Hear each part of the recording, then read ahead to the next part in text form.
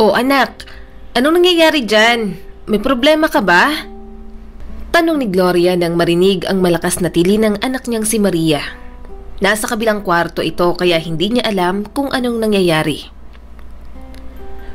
Ma, hindi pa ba inayos ni Papa yung bubong natin? May tulo pa din eh. Tumatagos pa rin yung tubig galing sa ulan. Sambit ni Maria habang nakatingala sa bubong sa may parteng may butas. Napabuntong hininga naman si Gloria. Hayaan mo, bukas na bukas din ipapaayos natin yan sa papa mo anak. Huwag ka nang mag-alala dyan. Iuusog na lang natin tong higaan mo at para hindi ka na mabasa pa. Mahinahong sabi naman ni Gloria bago lumapit sa higaan ng anak. Halika anak, tulungan mo ko rito. Nang matapos may usog ang higaan ay nagtatakang napapalingon sa paligid si Gloria. Teka, nasaan na bang papa mo at hindi pa umuuwi? Kanina pa yun umalis ah. Ang sabi niya may bibilhin lang siya pero hanggang ngayon hindi pa rin siya bumabalik. Nagtatakang sabi niya sa anak. Napakunot naman ang noong napapatingin si Maria sa ina. Hindi po ba pumasok sa trabaho si papa? Pagtatanong ni Maria sa nanay niya na siyang ikinatingin nito sa kanya.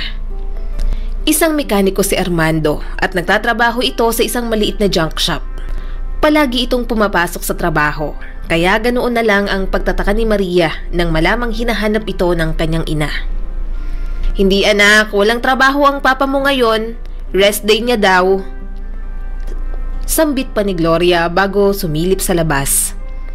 Nasa na ba yun? Ang lakas pa naman ng ulan. Baka nabasa ng isang iyon.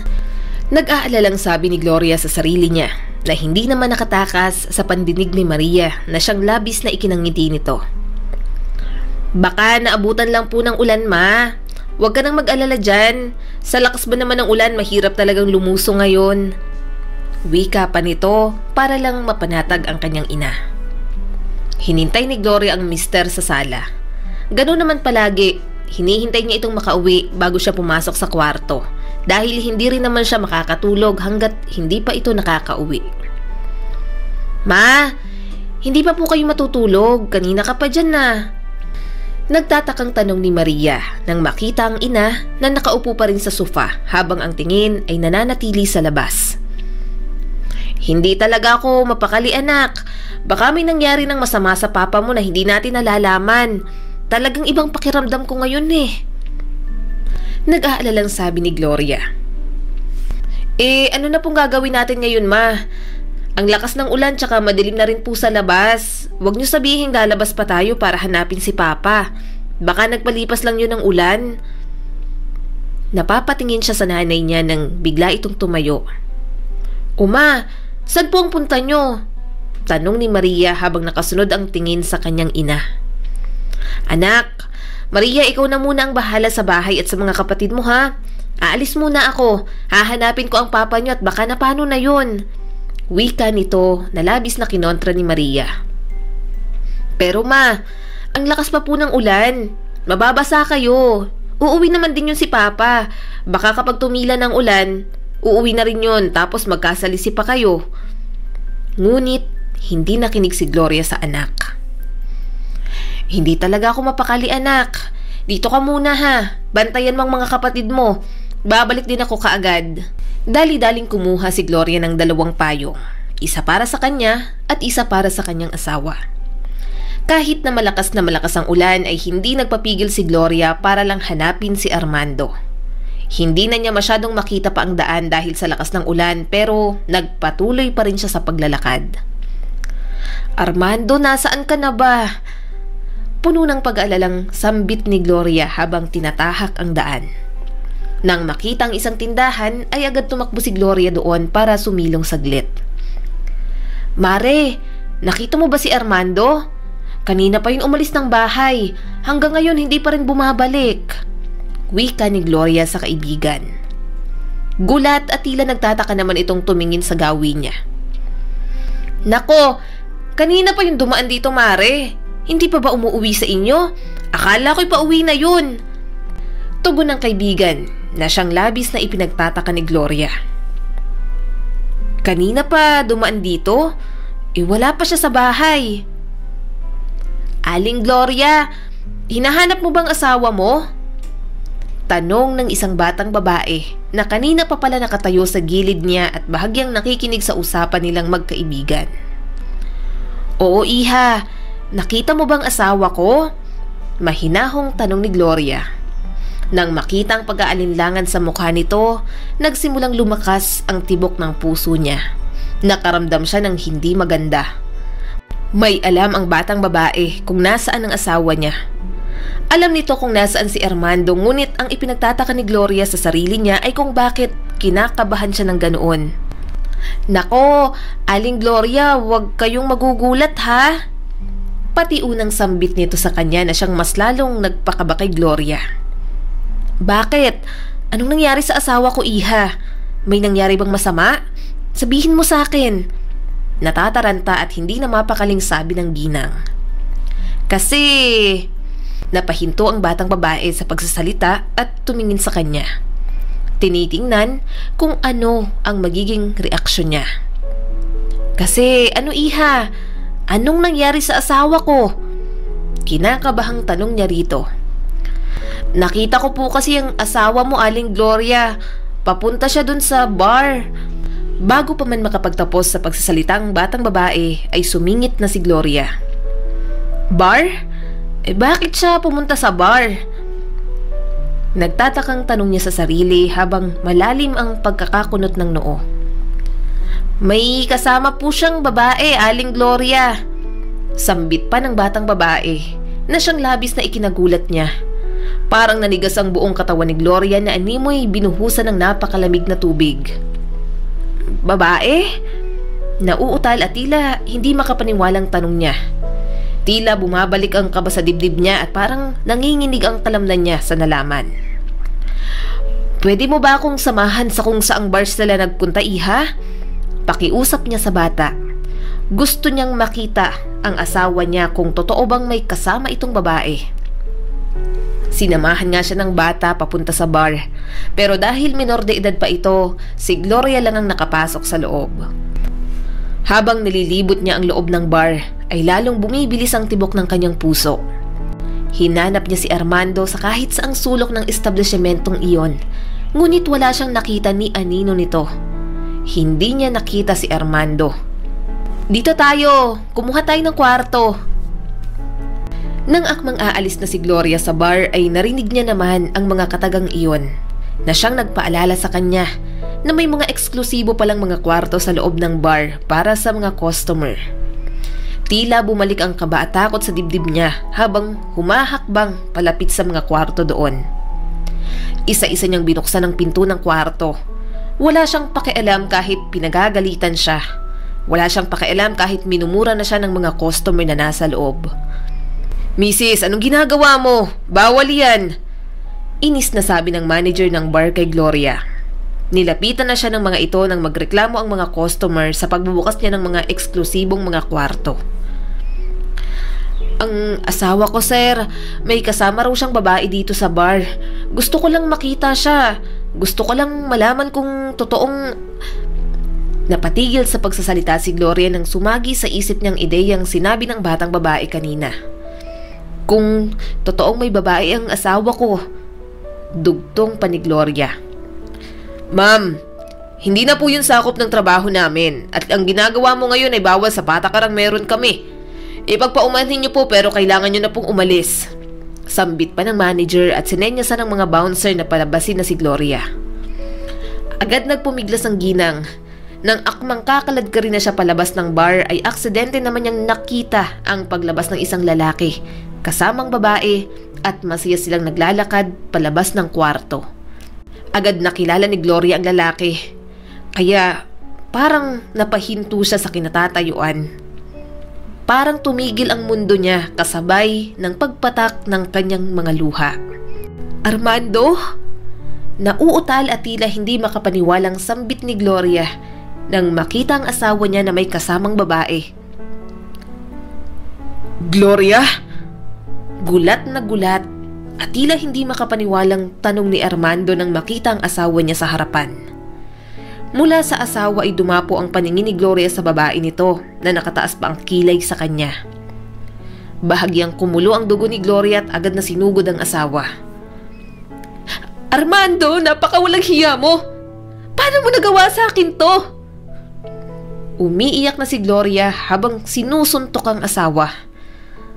Agad namang itinaas ni Armando ang mga braso para pagtakpan ng sarili. Gloria, ano ba? Tumigil ka nga! Huwag kang mag-iskandalo dito! Nakakahiya! Galit na sabi ni Armando na siyang ikinanlaki ng mga mata ni Gloria.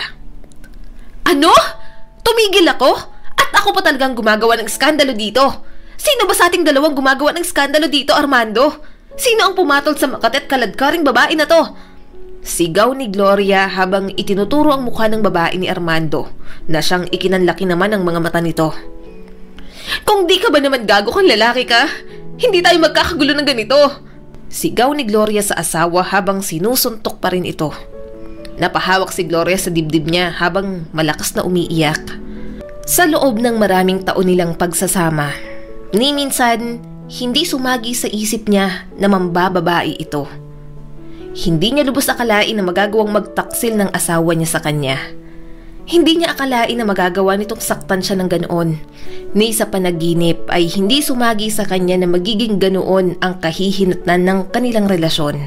Sandali lang ha, bakit mo sinasaktan ng boyfriend ko? Anong karapatan mong saktan siya? Sambit pa ng babae kay Gloria na siyang mas ikinakulo ng dugo niya. Anong karapatan ko? Ako ang asawa niya, kaya may karapatan akong saktan siya. At mas lalo may karapatan akong saktan kang higad ka. Sambit ni Gloria bago sinugod ang babae na maarte namang sumisigaw. Ouch! Ang buhok ko! Ano ba? Maarteng sambit nito na siyang mas lalong nagpagigil kay Gloria. Bago pa man niya tuluyang nasaktan ng babae, ay marahas na siyang hinaklit ng asawa niyang si Armando at marahas na tinulak, na siyang lalong ikinagulat ni Gloria. Hindi niya akalain na magagawa iyon ng kanyang asawa.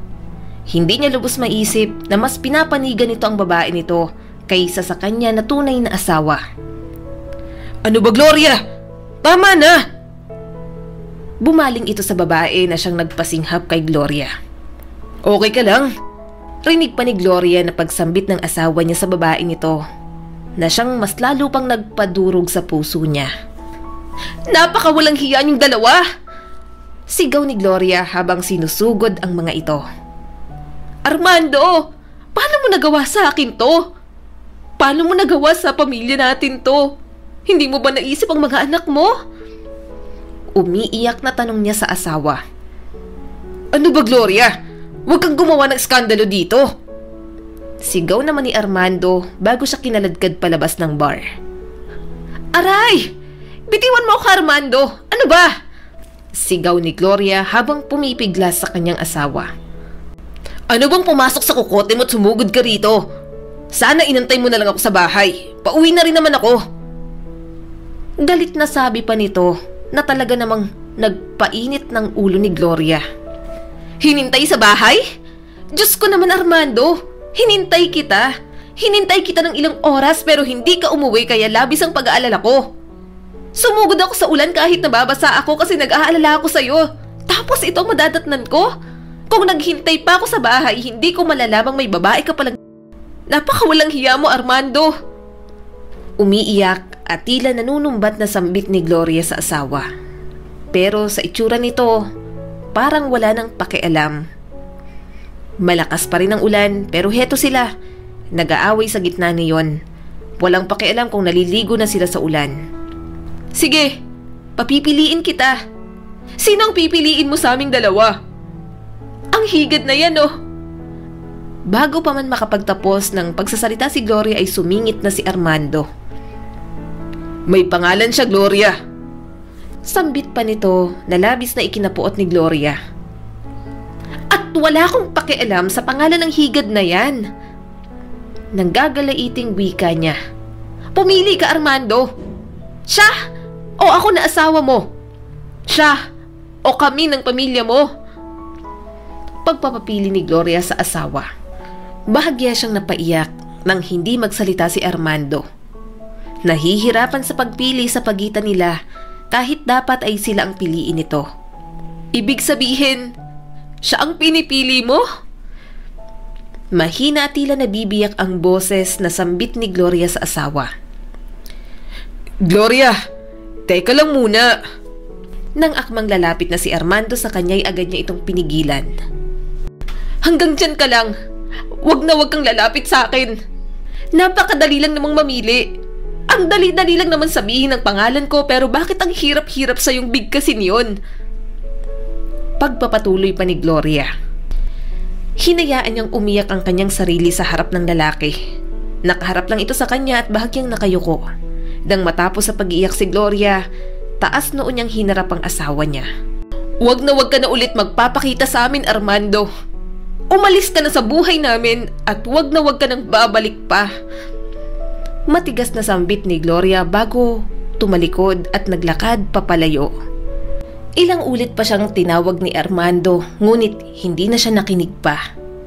Mag-isa siyang naglalakad sa kalsada. Ang inaasahan niya ay 2 na silang uuwi sa bahay. Hindi pala yun ang mangyayari. Mag-isa pa rin pala siyang uuwi at magiging mapag-isa na habang buhay. Nang makarating sa bahay ay agad pumasok si Gloria at diretsahang nagpunta sa kwarto nila ni Armando para kunin ang mga gamit nito. Ma, nasa na po si Papa? Hindi niyo po nakita? Pagtatanong ni Maria nang makita ang ina na pumasok sa kwarto. Ngunit hindi sumagot ang kanyang ina. Nagdire-diretso lang ito sa kung ano man ang ginagawa nito. Sinundan niya si Gloria sa loob ng kwarto at bahagyang nagulat sa nakita. Nanlaki ang mga mata ni Maria nang makitang basang-basa ang kanyang ina at iniempake ang mga gamit ng kanyang papa. Ma, ano pong nangyari? Bakit niyo po iniempake ang mga gamit ni Papa? Aalis po siya? Naguguluhang tanong ng dalaga ngunit hindi siya nito sinagot. Gloria! Gloria, mag-usap muna tayo. Ayusin natin to. Agad na palabas ng kwarto si Maria nang marinig ang boses ng kanyang papa. Pa, anong nangyari? Bakit po iniempake ni Mama ang mga gamit mo? Aalis po ba kayo? Natatarantang sambit ni Maria sa ama. Ngunit kagaya ng kanyang ina kanina, hindi siya nito sinagot. Bagkus, dumiretso lang ito sa kwarto. Gloria! Nagulat si Armando nang makitang mga gamit niyang binibitbit na ni Gloria palabas ng bahay. Gloria, saan mo dadalhin ang mga gamit ko? Sigaw pa nito sa asawa. Tumigil naman sa paglalakad si Gloria at tiningnan ng asawa niyang may puot sa mga mata. Gusto mo nang umalis ng pamamahay na to, di ba? Mas pinili mo ang higad na babaeng yon kaysa sa amin ng pamilya mo, di ba? Eh di umalis ka. Kunin mo ng mga gamit mo at umalis ka. Umalis ka na sa bahay namin, Armando. Malamig na sabi ni Gloria habang hinahagis ang mga gamit ng asawa sa labas ng bahay. Agad namang tinakbo ni Armando ang mga gamit niya at pinulot iyon sa labas. Si Maria na kanina pa naguguluhan sa mga magulang ay lumapit sa kanyang ina. Ma! Ano po bang nangyayari? Bakit mo itinapon ang mga gamit ni Papa? Mama naman! Si Gloria na narinig iyon ay napatiimbagang na lang. Pilit pinipigilan ang sarili sa pag-iyak. Naguguluhan kayo, di ba? Bakit ayaw niyang tanungin ng Papa niyo kung anong nangyayari? Siyang makakasagot niyan. Wika ni Gloria na siyang ikinatingin ni Maria sa ama. Pa! Ano po bang nangyayari? Nag-aaway na naman ba kayo? Bakit ano namang pinag-aawayan niyo at bakit umabot sa ganito? Sunod-sunod na tanong ni Maria sa ama. Si Armando naman na tinanong ng anak ay tila doon lang natauhan sa ginawa niya sa pamilya niya. Napapatingin siya sa anak niya at bahagyan nanlambot ang mga mata niya nang makita ang umiiyak na mga anak habang nakatingin sa kanila. Pa! Sumagot naman kayo! Sumisigaw na sabi ni Maria. Tila nakukuha ng ibig ipahiwatig ng nanay niya sa kanila. Kung hindi ka makasagot ay umalis ka na, Armando. Umalis ka na sa buhay namin. Mataas na boses na sabi ni Gloria sa asawa. Napapangiti ng mapait si Armando habang nakatingin sa pamilya niya. Napagtanto niyang malaki ang kasalanan niya sa mga ito. Napagtanto niyang hindi siya karapat-dapat para sa kanila. Pasensya na kayo mga anak. Nagkamali si Papa. Pasensya na. Sambit pa ni Armando bago tuluyang kinuha ang mga gamit at tumalikod. Naglakad ito papalayo sa gitna ng malakas na ulan. Nang makita ang pagtalikod ng asawa ay agad napahawak si Gloria sa gilid at tahimik na napapaiyak. Si Maria naman ay napapatakbo pasunod sa ama niya kahit malakas pa rin ang buhos ng ulan. Ang mga nakababata niyang kapatid na nagising dahil sa kaguluhang iyon, umiiyak lang sa tabi. Tila nawala ng kulay ang buhay ng pamilya nila nang umalis ang padre di pamilya at sumama sa ibang babae. Tila nawala na ng gana ang pamilya na mabuhay pa, lalo na si Gloria na ilang araw nang nagmumukmuk sa kwarto. "Ma, kumain ka naman. Tapos ko nang mapakain ng mga kapatid ko. Ikaw na lang ang hindi pa kumakain." Mahinahong sabi ni Maria sa ina. Nang makitang nakatulala pa rin ito ay napapabuntong hininga na lang si Maria. Alam niyang nasasaktan pa rin ang kanyang ina at naiintindihan niya iyon. Hindi madaling makalimot, lalo na't ganun ang ginawa ng kanilang ama. Sinira ang kanilang pamilya. Hinayaan ni Maria ang kanyang ina na makapag-isip-isip muna. Hinayaan niyang mahanap muli nito ang sarili. "Ma, kain ka na po. Ilang araw ka nang hindi kumakain." Pakiusap ni Maria kay Gloria na nagmumukmuk pa rin sa loob ng kwarto. Nang hindi ito umiimik, ay napuno na si Maria. "Ma! Ano ba? Kumain ka na doon. Umalis na si Papa. Babalik ba siya kung hindi ka kumain dyan? Mas pinili na niyang ibang babae. Huwag mong hayaang matalo ka sa babaeng yon. Huwag mong hayaang mapabayaan mo ang sarili mo dahil lang sa hindi ka pinili ni Papa. Dahil lang sa hindi tayo pinili ni Papa. Alam kong masakit, Ma. Alam kong masakit pero kayanin natin to. Makakaya natin ang wala siya." Nangingilid ang luha na sabi ni Maria. Maya-maya, hindi niya na napigilang mapahagulgul ng iyak. Nasasaktan siya sa nangyari. Nasasaktan siya at mas lalo siyang nasasaktan sa pinagagagawa ng kanyang ina sa sarili nito. Tila naman natauhan si Gloria sa biglaang paghagulgul ng anak. Para bang bumalik siya sa sarili niya sa sinabi nito. Natauhan siya na hindi lang siya ang nasasaktan sa kanila, pero heto siya at nagpapadala sa sakit. Heto siya at nagpapakalugmok, gayong siya dapat ang mas tumatayong matatag sa kanila. Napaluha si Gloria bago mahigpit na niyakap ang anak. "Pasensya ka na. Pasensya na't naging mahina ako. Pasensya na't nakalimutan ko kayo, anak." Paulit-ulit na sambit nito na siyang mas lalong ikinaiyak ni Maria. Masaya siyang sa wakas na tauhan ng kanyang ina. Masaya siyang sa wakas ay nakabalik na ito sa realidad. "Ma, mauna na kami. Papasok na po kami sa eskwelahan." Pagpapaalam ni Maria sa ina na agad na patingin sa kanya. Kasalukuyan itong nagre-repack ng mga tinda nitong turon na saging, kamote at ice candy na siyang ikinakangiti ni Maria. Natutuwa siya dahil unti-unti nang nakakabangon ang kanyang ina mula sa pagkakasadlak nito. "O siya, mag-ingat kayo sa daan, anak, ha? Palaging tumingin sa daan, tumingin kayo kung may sasakyan ba bago kayo tumawid. Maria, dahil ikaw ang panganay, alam mo na, pakabantayan mo ang mga kapatid mo, lalo na pagtatawid ng kalsada." Mataas pang habili ni Gloria sa mga anak. "Opo, Ma, paulit-ulit niyo nang sinasabi sa akin. Sa araw-araw mong pagsabi niyan sa akin, parang nasasaulo ko na yan lahat." Natatawang sabi naman ni Maria. Natawa na rin si Gloria.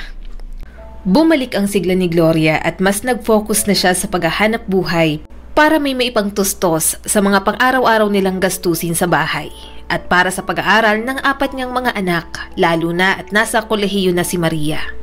Isang araw, habang naglalakad si Gloria pa uwi, hindi niya alam na nakasunod na pala sa kanyang panganay niyang anak. "Ako na dyan, Ma!" Pagsambit ni Maria sa likuran ng kanyang ina habang kinukuha nito ang maliit na basket na siyang pinaglalagyan ng mga paninda nito na ubos na. Gulat namang napatingin si Gloria sa anak at napahawak sa dibdib. "Ano ka ba naman, Maria? Nanggugulat ka. Sana man lang tinawag mo ko kanina para hindi ako nagulat ng ganito." Sambit pa ni Gloria na siyang ikinangiti naman ni Maria. "Hayaan mo, Ma, sa susunod magpapaalam ako, nagugulatin kita." Biro pa ni Maria. Napailing-iling na lang si Gloria habang tumatawa. Sira ka talaga anak, nakatawang sambit nito. Napapatingin naman si Maria sa basket at napangiti nang makitang wala na yung laman. Wow, ang sipag-sipag naman ng mama ko, ubos na ubos ang paninda oh. Wika ni Maria nang mapapansin pa ang pagka-proud sa boses nito. Lalong napangiti ang ginang. Sino ba namang hindi magsisipag kung ako lang mag-isang maghahanap buhay para sa atin kung iniwan ako ng papa nyo? Napabuntong hiningang wika ni Gloria, dahilan para mapahinto sa paglalakad si Maria. Bahagya itong napasimangot. Joke lang anak, hay nako, ang ibig kong sabihin, sino ba namang hindi magsisipag kung ganito kagandang mga anak ko? Talagang gaganahan akong magpursige niyan. Pagsambit pa nito, napangiti naman si Maria. Ma, huwag ka nang magbibiro ng ganon, hindi magandang pakinggan. Seryosong sabi ng dalaga. Oh anak, hindi na. Nakangiting sabi ni Gloria bago inakbayan ng anak. Sa nakalipas na ilang araw ay tila nagiging okay na si Gloria. Unti-unti na siyang nasasanay sa bagong buhay. Bagay na siyang ikinakasaya ng kanyang mga anak. Bakit ba ayaw maayos to? Naiinis na bulong ni Gloria sa sarili habang inaayos ang lababo sa kusina nila. Kanina pa siya naroon sa lababo, inaayos ang tubo pero bumabara pa rin kahit anong gawin niya. Hindi naman nakaligtas sa pandinig ni Maria ang sinabing iyon ng ina, dahilan para lumabas ito ng kwarto. Ano pong nangyayari dyan ma? Kunyari ay tanong niya rito bago tiningnan ang tubo. Ayan, bumara na naman. Kahapon ko pa nga inaayos, bara ng bara. Kung nandito lang ang papa mo siguradong maayusin ka agad. Sagot ni Gloria na siyang ikinatitig ni Maria. Heto na naman ang nanay niya, binibigkas muli ang papa nila. Lagi namang ganon, bigla na lang nitong mababanggit ang pangalan ni Armando nang hindi sinasadya. Na para bang sa kaiisip nito sa asawa ay yun ang nagiging bukang bibig. Ma, sinabi ko naman sa'yo wag mo nang babanggitin si papa, di ba? Hindi mo pa rin ba siya nakakalimutan? Malungkot, nasabi ni Maria na siyang ikinabuntong hininga ni Gloria. Hindi naman sa hindi ko siya nakakalimutan anak. Naalala ko lang noon na siya ang gumagawa at umaayos ng mga sirang tubo dito kaya kinabukasan din maayos na. Naalala ko lang kung paano niya inayos ang mga gamit natin kaya napapakinabangan hanggang ngayon. Mahinahong paliwanag nito para depensahan ang sarili mula sa panghuhusga ng anak. Ma, noon yun. Ngayong wala na si Papa at iniwan na tayo dahil mas pinili niyang ibang babae kaysa sa atin. Gusto ko, wag mo na siyang banggitin pa. Makakaya nating mabuhay nang wala siya. Kaya natin, ma. Sabi pa ni Maria. Pero, sinong aayos nitong tubo natin anak? Wala naman tayong pera para ipaayos pa yan sa iba. Ako na ma, ako na nga ayos dyan. Wika ni Maria na siyang ikinagulat ni Gloria. Kaya mo anak? Marunong ka ba riyan? Oo naman ma, kakayanin ko. Ngayong tayo na lang ang nandito, ako na rin ang mag-aayos ng mga sirang gamit dyan. Kung hindi ko alam ay susubukan kong alamin para maayos ko lang to. Manonood ako ng mga videos dun sa social media, marami namang mga tutorial kung paano ayusin yung mga gamit-gamit sa bahay. Wika pa ni Maria na siyang ikinanguso ng kanyang ina. Sa araw ngang iyon, naging abala si Maria sa pag-aayos ng lababo. Mahirap ayusin ang tubo pero kinakaya niya para lang hindi na maalala ng kanyang ina ang kanilang tatay na mas piniling sumama sa ibang babae. O ayan ma, maayos na ha. Kapag may mga ganitong sira, tawagin niyo ko. Sabihin niyo sa akin o sa mga kapatid ko para kami na lang ang gagawa. Pautos na sabi ni Maria. Nagpatuloy sa buhay ang kanilang pamilya. Alam ni Maria na kailanman hindi makakalimutan ni Gloria ang papa nila. Pero hanggat maaari, gusto niya sana na maibsan ang sakit na nararamdaman nito. Ayaw niyang manghinayang ang kanyang ina sa pagkawala ng manloloko nilang tatay. Kaya naman, siya na ang gumagawa ng paraan para maging masaya ang kanilang ina kahit papaano. Tumutulong sila sa mga gawaing bahay. Nagsisipag sa pag-aaral at hindi na nagrereklamo sa kung ano ang ihain sa mesa. Maria, anak, patulong ako rito sa kusina. Pagtawag ni Gloria sa mga anak nang makita ang malakas na pagtulo ng tubig ulan. Malaki na palang butas sa bubong kaya ganun na lang kadami ang tubig ang pumapasok sa kusina nila. Ma! Anong nangyayari? Ba't ka sumisigaw? Natatarantang sabi ni Maria. Kahit abala siya sa pag-aasikaso sa higaan niya dahil may tumutulo rin doon ay agad siyang tumakbo nang marinig ang malakas na pagsigaw ni Gloria. Halika Maria, tulungan mo ko rito. Kumuha ka ng palanggana at ilagay mo sa bandang may tulo at basang-basa ng kusina natin. Natatarantang sabi ni Gloria habang abala sa paglalagay ng palanggana sa gawin niya. Naging mabilis naman ang kilos ni Maria at kumuha ng mga balde at palanggana. Kaso kakaunti lang ang mga iyon kaya hindi nasasahuran ang lahat ng tubig ulan na tumutulo sa sahig. Hindi ba to naayos ni Papa noon? Bakit ang laki-laki naman ng mga butas sa bubong natin? Bulong pa ni Maria sa sarili. Kasulukuyan siya naglalagay ng mga balde nang marinig niya ang mahinang pag-iyak ng mama niya. Dahilan para mapalingon siya dito. Ma? O bakit umiiyak ka na naman? Tumayo ka po dyan ma, nababasa ka dyan eh. Pagsambit ni Maria bago tinulungan ng ina. Inalalayan niya itong tumayo. Subalit, imbis na tumayo ay mas lalo lang itong umiyak. Kung nandito lang ang papa niyo, hindi sana mangyayari ang lahat ng to. Kung nandito lang siya, hindi sana tayo naghihirap ng ganito anak. Humahagulgol na sabi nito na siyang ikinatulo ng luha ni Maria. Akala niya, naka-move on na ang mama niya pero hindi pala. Siguro, hindi talaga sila magiging sapat. Hindi nila mapupunan ang pagkawala ng tatay nila. Ma, uulitin ko po, makakaya natin ang wala siya sa buhay natin. Makakaya nating tayo-tayo lang. Magtiwala ka sa amin ng mga kapatid ko. Hindi ka namin iiwan ma. Nasasaktan kami sa tuwing nakikita ka namin ganito. Anak, hindi mo ko naiintindihan. Mula nang ikinasal kami ng tatay mo, nakadepende na ako sa kanya. Nasanay ako sa lahat ng mga problema. Siya lagi ang kasama ko. Siya ang haligi ng tahanan. Pero ngayong umalis na siya sa buhay natin, pakiramdam ko mag-isa na lang ako. Wala na akong katuwang sa buhay. Na hindi ko alam kung paano ko kayo maitataguyod. Paano ko kayo pag-aaralin. Umiiyak na sabi nito. E di, hayaan mong kami ang pupuno sa mga pagkukulang ni Papa sa buhay na tuma. Hayaan mong ako ang umayos sa lahat. Hayaan nyo, bukas na bukas din pagtutulungan naming ayusin ang bubong. Aakyat ako sa itaas, aayusin ko yan bukas. Mataman siyang tiningnan ni Gloria. Pero anak, kakayanin ko ma, aayusin ko yan bukas. Magtiwala ka sa akin. Tsaka, wag po kayong mag-alala. Hindi kami magiging pabigat sa'yo. Mag-aaral kaming mabuti. Mag-a-apply ako ng scholarship at hahanap agad ng trabaho para tulungan kayong magpaaral sa mga kapatid ko. Nang sumunod na araw, inayos ni Maria ang bubong nila. Inayos niya na rin ang mga sirang gamit na pwedeng ayusin habang abala naman sa paghahanap buhay ang kanilang ina. O ayan, maayos na yan ma. Sambit pa ni Maria nang maayos lahat ng sirang gamit sa loob ng bahay. Tila gumaan ang puso ng dalaga nang makita ang pagngiti nito. Totoo ngang mababaw lang ang kaligayahan ng mama nila, kaya hindi nakapagtataka na mabilis rin itong magdamdam.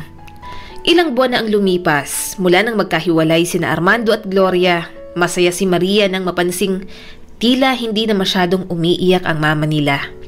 Hindi na gaanong naaapektuhan ng mama niya sa tuwing may nasisirang mga gamit sa bahay. Bagay na ipinagpapasalamat nilang magkakapatid. Isang araw, habang nakaupo sa loob ng classroom ay napatingin si Maria sa labas.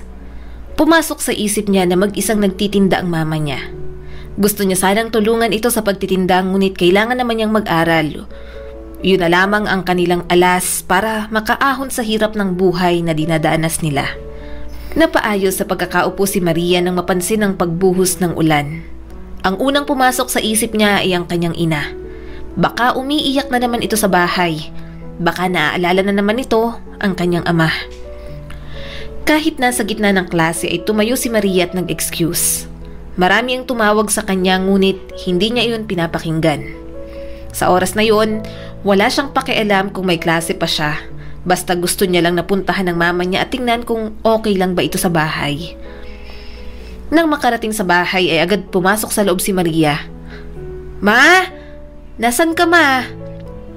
Tila natataranta at hindi mapakaling tawag ni Maria. Dumiretso siya sa kwarto ng ina ngunit wala ito roon. Natatarantang tinakbo niya ang kusina at doon nadatna niya ang tila mapayapa at mahinahong mukha ni Gloria habang nagluluto. Nangilid ang mga luha sa mga mata ni Maria sa nakita. Ang buong akala niya ay mag-isa na naman itong umiiyak pero heto ang mama niya at masayang nagluluto. Nang mapatingin ito sa gawin niya ay agad pinahid ni Maria ang tumulong luha. Sa wakas, naka-move on na ang mama nila. "O anak, bakit nandito ka na? Di ba mamaya pang uwian mo?" Nagtatakang tanong ni Gloria nang mapansing nakatayo na ito sa may pintuan habang matamang nakatitig sa kanya. Napakunot ang noon nito nang mapansing basang-basa ang anak niya. "Oh, ba't basang-basa ka, Maria? Ano ba namang pumasok sa kokote mo't naligo ka sa ulan? Sana pinatila mo muna bago ka umuwi. O di kaya inantay mo ko doon. Dadalhan naman kita ng payong kapag napansin kong hindi tumitila ang ulan." Nagulat si Gloria nang imbes na pumunta ito sa kwarto para magbihis ay dumiretso ito sa kanya at bigla siyang niyakap ng mahigpit. "O anak, may problema ka ba? Sabihin mo lang sa akin na tutulungan kita." Mahinahong tanong ni Gloria. Bakas ang pag-aalala sa boses nito.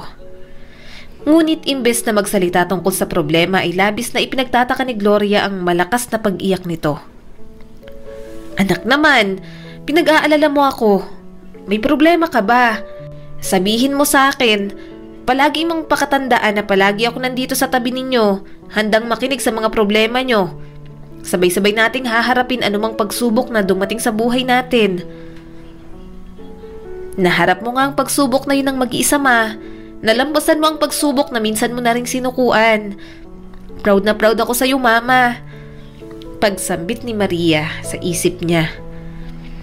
"Wala lang to, ma. Masaya lang ako. Hindi ka na naapektuhan sa mga bagay na nagpapaalala sa'yo kay Papa. Akala ko umiiyak ka na naman ngayon.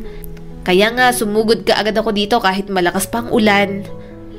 Pag-amin ng dalaga. "Yun palang dahilan kung bakit ka nagpakabasa sa ulan?" Natatawang sabi ni Gloria sa anak. Napabuntong hininga ang ginang bago hinawakan ng pisngi ni Maria. "Anak, maraming salamat at hindi mo ko sinukuan. Kayong lahat, hindi niyo ako sinukuan. Kahit parang wala na akong pag-asa na mabuhay nun. Nandyan kayo para panatilihing matatag ako. Salamat sa inyo." Buong pusong pasasalamat ni Gloria. "Nawala na sa amin si Papa. Hahayaan pa ba namin pati ikaw mawala sa buhay namin? Naramdaman namin no na kahit nandyan ka, ang layo-layo mo sa amin. Nagpapasalamat akong kahit wala si Papa, isang buong pamilya pa rin tayo kasi nagtutulungan tayong lahat, ma." "Totoo yan, anak. Naligaw ako ng landas, pero saglit lang yon at minsan na rin nawala sa sarili. Pero laking pasasalamat ko dahil ipinarealize nyo sa akin na may mas importante pa pala akong gagawin bukod sa pagkalugmok sa pagkaalis ng papa nyo. Mas importanteng bigyan ko kayo ng pansin." "O siya, tama ng usapan. Magbihis ka na muna at basang-basa ka." Dugtong pa ni Gloria sa anak na siyang ikinatawa nito. Nang mga sandaling iyon, masasabi ni Gloria na nakawala na siya sa nakaraan, na nalampasan niya na ang isang malaking pagsubok na dumating sa buhay nila. At nagpapasalamat siya dahil hindi sumuko ang kanyang mga anak na intindihin siya, lalo na nung mga oras na nakakulong siya sa nakaraan niya. Sa paglipas ng mga taon, bagong tagumpay na naman ang nakamtan ng kanilang pamilya. Yun ay ang makapagtapos sa kolehiyo si Maria. Sa wakas, tapos na rin ito sa pag-aaral at makakatulong na sa pamilya. Nang tawagin ang pangalan ni Maria sa entablado, ay nakangiti siyang tumayo at umakyat sa stage. Habang hindi mawala-wala ang isang malaking ngiti sa mga labi. Si Gloria naman, nakatingin sa anak. Hindi niya mapigilan ang pagtulo ng kanyang mga luha. Hindi niya akalain na mapapagtapos niya sa pag-aaral ang panganay na anak sa pamamagitan lang ng pagtitinda ng mga kakanin kahit mag-isa lang siyang nagtaguyod sa mga ito. "Congrats, anak!" Pagbati ni Gloria nang lumapit ito sa kanya. Napangiti naman si Maria habang masayang nakatingin sa ina na hindi mapigilang mapaluha. "O ma, bakit ka umiiyak? Dapat ako ang umiiyak kasi ako ang graduate." Pagsambit pa ni Maria. Natawa naman si Gloria habang nagpapahid ng mga luha sa pisngi. Itinaas ni Maria ang kamay niya at siya ang nagpuna sa mga luha ng ina. "Ma, simula ngayon, ako nang maghahanap buhay para sa atin. Pahinga ka na muna, tas ako nang bahala sa lahat." Tinupad ni Maria ang sinabi niya sa ina. Matapos makagraduate sa kursong hotel management, ay agad siyang nakapasok sa isang kilala at malaking hotel. Maayos ang sweldo niya at masasabi niyang sapat na iyon para sa pang-araw-araw nilang gastusin at para na rin sa pagpapaaral niya sa mga nakababatang kapatid. "Ma, ba't gising ka pa? Matulog ka na po. Diba sinabi ko naman sa'yo, ako nang bahala sa lahat? Wala ka nang poproblemahin, ma." Wika ni Maria dahilan para mapangiti si Gloria. Nataranta si Maria nang makitang umiiyak ito. "Ma, umiiyak na naman po kayo. Ano ka ba naman? Huwag kang umiyak. Baka magtaka pa ang mga kapatid ko at sabihin pinapaiyak kita." Natawa naman si Gloria. "Masaya lang ako, anak. Masaya akong nagkaroon ako ng anak na katulad ninyo. Masaya akong nagkaroon ako ng anak na katulad mo." "Aba, syempre naman, ma. Tama lang na maging masaya ka na nagkaroon ka ng anak na katulad ko. Sa ganda ko ba naman?" Mapagbirong sambit ng dalaga na siyang mas lalong ikinangiti ni Gloria. "O ayan, edi tumawa rin kayo. Dapat ganyan lang, ma. Dapat nakangiti lang tayo. Lalo na ngayon may trabaho na ako. Gagawin ka naming reyna sa bahay na to. O siya, matulog ka na, ma. Kung ano man yung iniisip mo, tanggalin mo na yan sa isip mo, ha? Kung problema naman yan, sabihin mo na agad sa akin at nang masolusyonan natin." Bilin pa ni Maria sa ina, pero umiling lamang ito. Lumipas ang taon at panibagong tagumpay na naman ang nakamta nila. Naging sunod-sunod ang blessing sa kanilang pamilya na siyang ikinatuwa nila. Graduate ang sumunod na kapatid ni Maria. Graduate ito ngayon sa kolehiyo na kumuha naman ng kursong Bachelor of Science in Criminology. Magre-review at magte-take na lang ng exam at pagkatapos nun, magiging isa ng ganap na pulis. Sa pag-graduate ni James sa kolehiyo, graduate naman sa senior high si Carlo. Si Mirna, graduate naman sa junior high. Isa-isa nang napagtatagumpayan ng pamilya nila ang mga hakbang patungo sa rurok ng tagumpay. At sa paglipas ng taon, alam nilang tuluyan nilang makakamtan iyon. Habang masayang ipinagdiriwang ng pamilya ang pagtatapos ni James sa kolehiyo, aksidenteng natingnan ni Maria ang isang lalaking nakatayo sa di kalayuan sa bahay nila. Bahagya lang itong nakatanaw sa kanila mula sa malayo. Napahinto si Maria sa kanyang ginagawa nang makilala ang lalaki. Yun ay walang iba kundi ang tatay nila. Ang papa nila na iniwan sila ng ilang taon. "O Maria, anong nangyari sa'yo? Ba't parang nakakita ka ng multo dyan? Namumutla ka?" Sambit pa ni Gloria sa anak. Nang hindi ito sumagot sa pabiro niyang mga salita ay sinundan niya ang tinitingnan nito. Ganun na lang ang gulat ni Gloria nang makita ang dating asawa na nakatanaw sa kanila. Sa namamasang mga mata, napapatiimbagang si Gloria. Halo-halo ang emosyong kanyang nararamdaman ng mga sandaling iyon. Nung isang araw, napapaisip siya kung kumusta na ito kasama ang babae nito. Minahal niya si Armando at ibinigay niya ang lahat dito mula nang maikasal sila. Marami silang anak, kaya hindi niya rin masisi kung bakit sa kabila ng ginawa nito sa kanila, naiisip niya pa rin ito. Ngunit ngayong nakaharap niya na ito, tila bumabalik ang galit at puot na nararamdaman niya. "Ma, saan ka pupunta?" Tanong ni Maria nang makitang nagsimula na itong maglakad palabas ng bahay. Ngunit hindi siya nito pinakinggan at bagkus nagpatuloy lang sa paglalakad. Si Armando naman na nakita ang paglalakad ng pamilya sa gawi niya ay dali-daling tumalikod. Sapat na sa kanya ang makitang masaya na ang naiwan niyang pamilya noon. Ngunit hindi pa siya nakakahakbang ay may nagsalita na sa likuran niya. Si Gloria, ang asawa niya. "Armando, anong ginagawa mo rito? Ang kapal din naman ang mukha mong magpakita sa amin matapos ng ginawa mo sa aming lahat. Tinalikuran mo kami. mga anak mo. Mas pinili mo yung babae mo kaysa sa amin. Wika ni Gloria sa dating asawa na siyang ikinayuko nito. Alam ni Armando ang kasalanan niya kaya imbes na lapitan ng pamilya niya kanina, nakontento na siya sa pagtanaw sa mga ito mula sa malayo. Si Maria naman ay tahimik lang na pinagmamasdan ng ina. Nanunumbat ito sa ama nila pero kilala niyang mama niya. Alam niyang nagpapanggap lang itong galit, hindi ipinapakita ang totoong emosyon na mayroon ito ng mga oras na iyon. Pa? Naluluhang pagsambit ni James sa ama. Naroon ang pangungulila sa mga mata nito na kung titingnan mo ay talagang maaawa ka. Nang akmang lalapit na si James ay agad siyang pinigilan ni Gloria. Huwag kang lumapit sa kanya, anak. Sira ulo yung papa nyo. Iniwan niya tayo para sa ibang babae kaya huwag kayong lalapit dyan. Baka utuin na naman kayo sa mga salita niyan. Wika ni Gloria na siyang ikinangiti ng mapait ni Armando. Hindi niya masisisi ang asawa niya dahil nakagawa siya ng malaking kasalanan. Tiningnan na lamang ni Armando ang mga anak, saka ngumiti sa mga ito. Masaya akong lumaki kayong maayos. Masaya akong nakapagtapos na kayo. Wika ni Armando sa mga anak na siyang lihim na ikinaiyak ng mga ito. Miss na nila ang papa nila at ang makita ito ngayon ay mas lalong nagpapangulila sa kanila.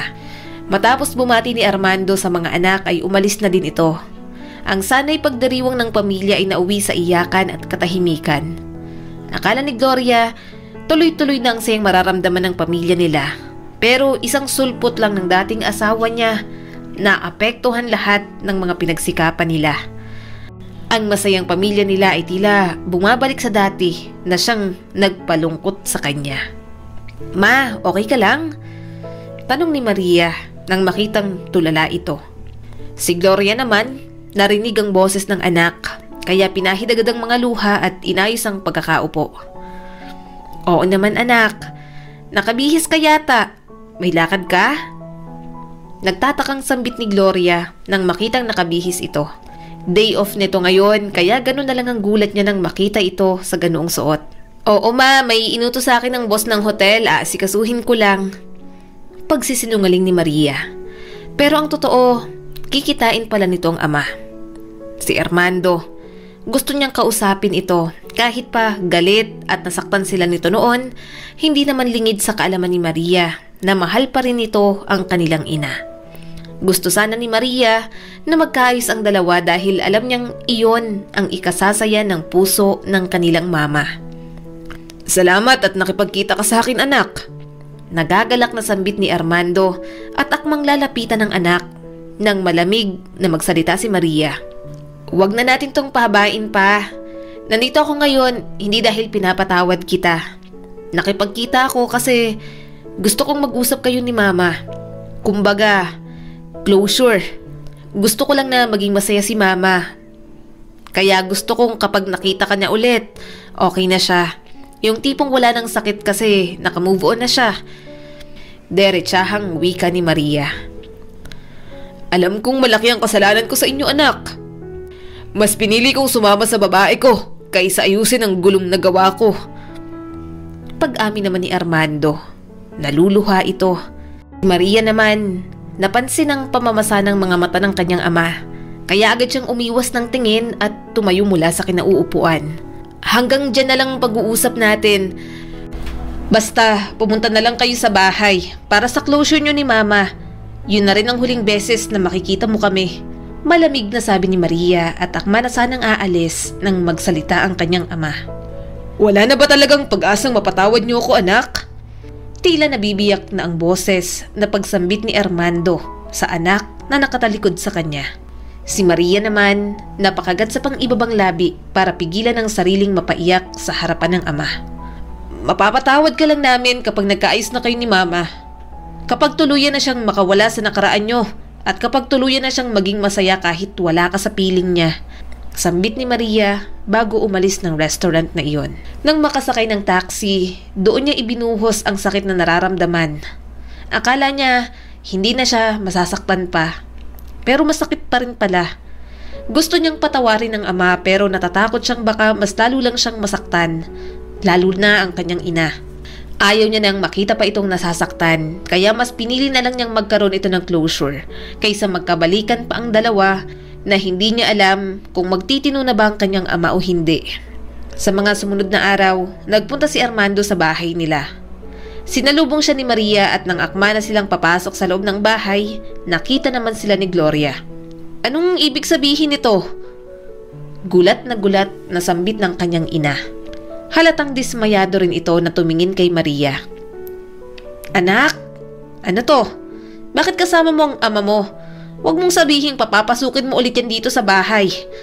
Gloria, may karapatan din naman ako dito sa bahay. Isa rin naman ako sa nagmamayari ng bahay na to, kaya may karapatan akong pumasok dyan. Patutsyada naman ni Armando na siyang ikinakulo ng dugo ni Gloria. Ang kapal din talaga ng mukha mo, Armando. Matapos mong sumama sa ibang babae at iniwan kami ng ilang taon, may gana ka pang magkwenta? Ano, babawiin mo ang pamamahay na to para dito na kayo tumira ng babae mo? Wika ni Gloria na siyang ikinagulat ni Maria. Napapatingin si Armando sa dating asawa. Alam niyang malaki ang pagkakamali niya, pero hindi ibig sabihin nun na bumalik na siya ay babawiin niya na ang bahay na iyon. Hindi naman sa ganun, Gloria. Hindi naman ako pumunta rito para manggulo. Nagpunta ko rito para sana makipag-ayos.